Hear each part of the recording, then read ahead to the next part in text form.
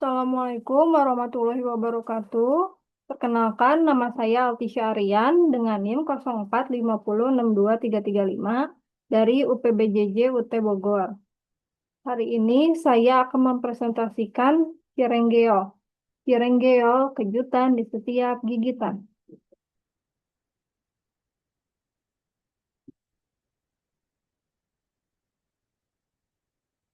Deskripsi produk.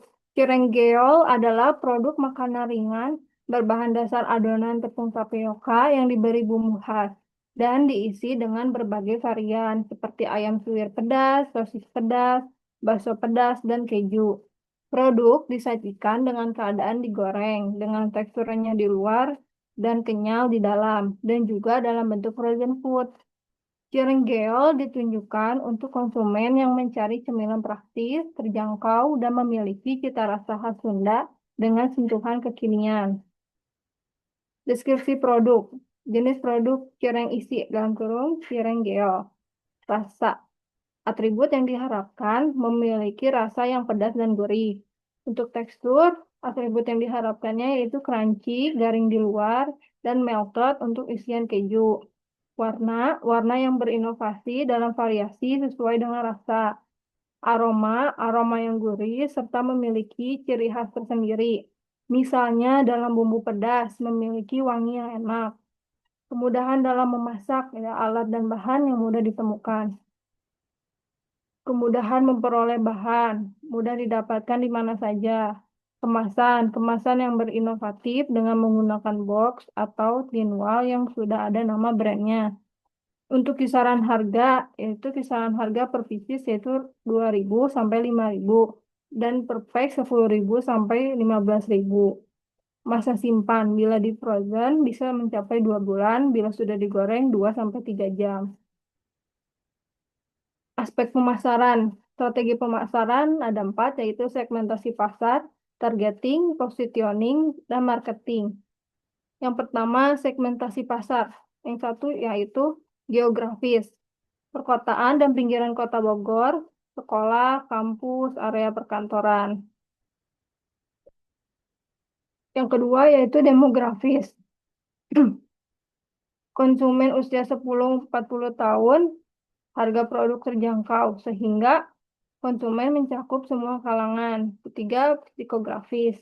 Konsumen dengan gaya hidup modern, praktis, dan pecinta makanan ringan yang unik dan inovatif. Keempat, perilaku. Menyukai cemilan pedas gurih dan menyukai cemilan yang berbahan dasar aci. Untuk targeting, itu target utamanya adalah anak-anak, remaja, pelajar, mahasiswa, dan orang dewasa. Untuk positioning, cemilan tradisional khas Sunda dengan rasa modern, kualitas terjamin, dan tekstur yang renyah di luar, kenyal di dalam dengan isian gurih dan variatif. Harga yang terjangkau agar sesuai dengan target pasar, pelajar, mahasiswa, dan keluarga. Marketing mix 4P yaitu yang pertama produk.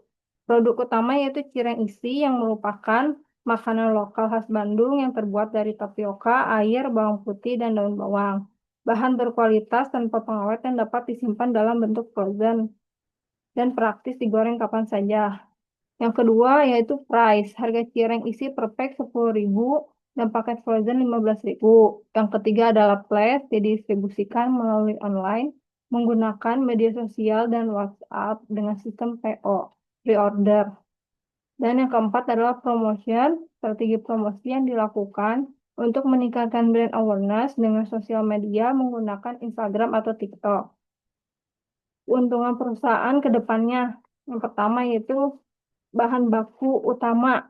Totalnya 37.000, bahan baku isian 74.000, biaya operasional 24.000, biaya tak terduga 15.000, harga pokok produksi 150.000.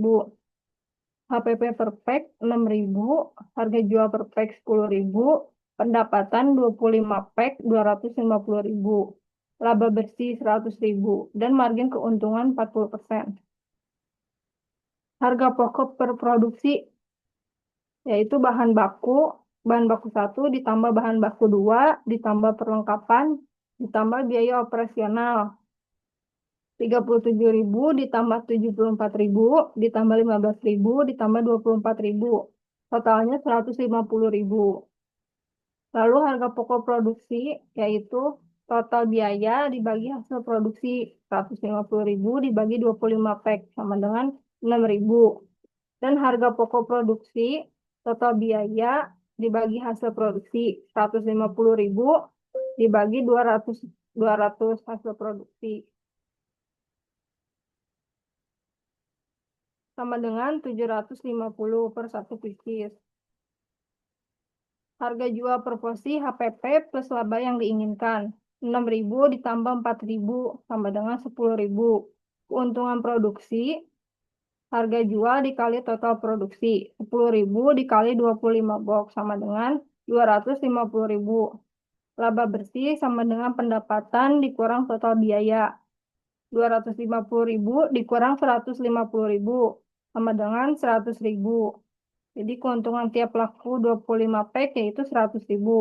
Margin keuntungan laba bersih dibagi pendapatan dikali 100% sama dengan 100.000 dibagi 250.000 dikali 100% sama dengan 40%. Maka keuntungan dari setiap kali produksi yaitu 100.000 dan margin keuntungannya adalah 40%.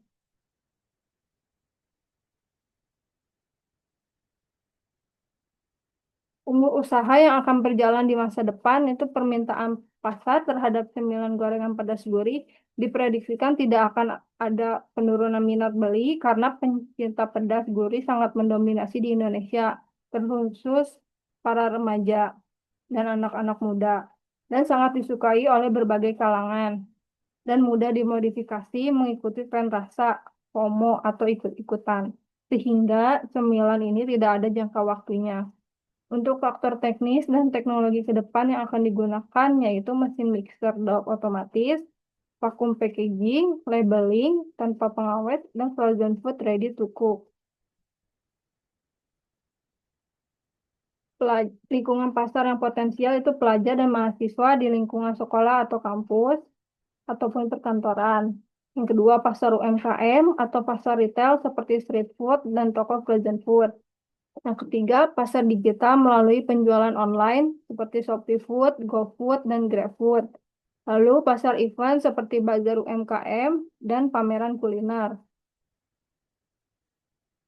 Persaingan dengan kompetitor itu seperti pedagang street food sejenis, cireng isi, tahu wali, cimol, dan produk frozen lainnya seperti risol mayo, dimsum, dan brand UMKM lokal, brand yang sudah memiliki branding atau sudah punya nama, sudah terkenal di masyarakat luas, dan makanan pedas yang sedang viral.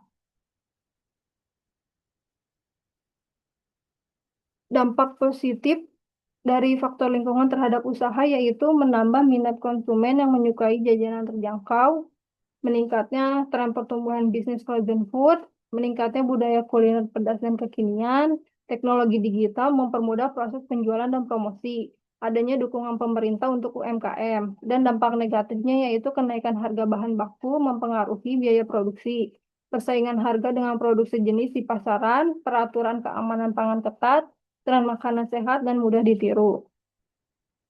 Faktor legal yang diterapkan yaitu sertifikasi halal, label produk, seperti packaging dan labeling, pendaftaran merek dagang, menerapkan prosedur sanitasi dan kualitas.